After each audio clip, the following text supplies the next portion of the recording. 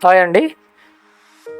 మనిషి చైతన్యాన్ని అణిచివేసే అతిపెద్ద సంఖ్యలు తరతరాలుగా వస్తున్న ఆచారాలు మరియు వాటి వెనుక ఉన్న మూఢనమ్మకాలు.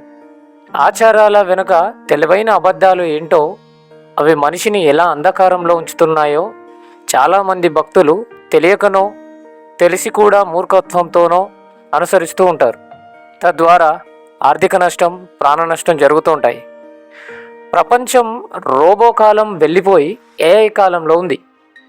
ప్రపంచ దేశాలు అద్భుతమైన ఆవిష్కరణలు చేస్తుంటే మనం మాత్రం ఇంకా మంత్రాలు, తంత్రాలు, దిష్టి, తాయెత్తులు, దోషాలు, జ్యోతిష్యంపై ఆధారపడుతున్నాం.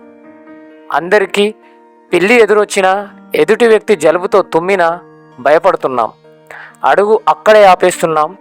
ప్రపంచం 21వ శతాబ్దంలో ఉంటే మన ఆలోచనలు మాత్రం ఇంకా 18వ శతాబ్దంలోనే ఆగిపోయాయి.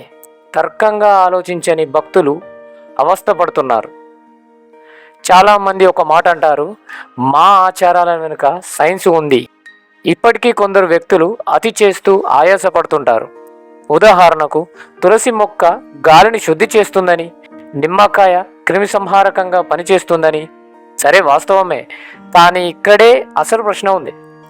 తులసి వల్ల ఆరోగ్య ప్రయోజనాలు ఉంటే దానికి పూజ ఎందుకు చేయాలి? అది ఒక ఔషధం అవుతుంది కానీ దేవత ఎందుకు అవుతుంది? మనం ప్రశ్నించాల్సింది ఆ చర్యను కాదు, ఆ చర్యకు దైవత్వాన్ని ఆపాదించడాన్ని మనం ప్రశ్నించాలి. సైన్స్ను దైవత్వంతో కప్పి ప్రశ్నించే అవకాశం లేకుండా చేశారు. భయం అజ్ఞానాన్ని పెంచుతుంది, జ్ఞానం భయాన్ని పోగొడుతుంది. అందుకే మతం భయాన్ని నమ్ముకుంది, సైన్స్ జ్ఞానాన్ని నమ్ముకుంది. నదిలో స్నానం చేస్తే పాపాలు పోతాయంటారు. ఆ పవిత్ర జలాలు ఎంత మురికిగా ఉంటాయో మీకు తెలియదా? సైన్స్ ల్యాబ్లో ఆ నీటిని పరీక్ష చేస్తే లక్షల సంఖ్యలో బ్యాక్టీరియా, వైరస్లు కనిపిస్తాయి. పాపాలు పోవడం కాదు, జబ్బులు వస్తాయి, దురదలు కూడా వస్తాయి. ఆచారం ఏం చెబుతుంది? గ్రహణం అంటే రాహు, కేతు సూర్యుడిని, చంద్రుడిని మింగేయడం, ఈ సమయంలో బయటకు రాకూడదు, తిండి తినకూడదు అని చెప్తుంది. సైన్స్ ఏం చెప్తుందో తెలుసా? గ్రహణం అంటే భూమి, చంద్రుడు, సూర్యుడు ఈ మూడు ఒక సరళ రేఖలో రావడం వల్ల ఏర్పడే కేవలం ఛాయ, అంటే నీడ. ఇందులో ఎలాంటి దైవశక్తి లేదు, విపత్తు లేదు.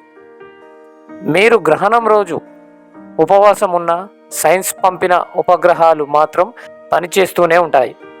నిజమైన శక్తి ఎవరిది? ముహూర్తం బాగుంటేనే వ్యాపారం మొదలు పెట్టాలి, పెళ్లి చేయాలి.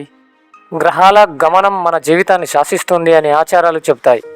చాలామంది అన్ని మతాల భక్తులు వ్యాపారాన్ని ముహూర్తం చూసుకొని పూజలు చేసి మరీ మొదలు పెడతారు. కానీ మూతపడుతున్నాయిగా.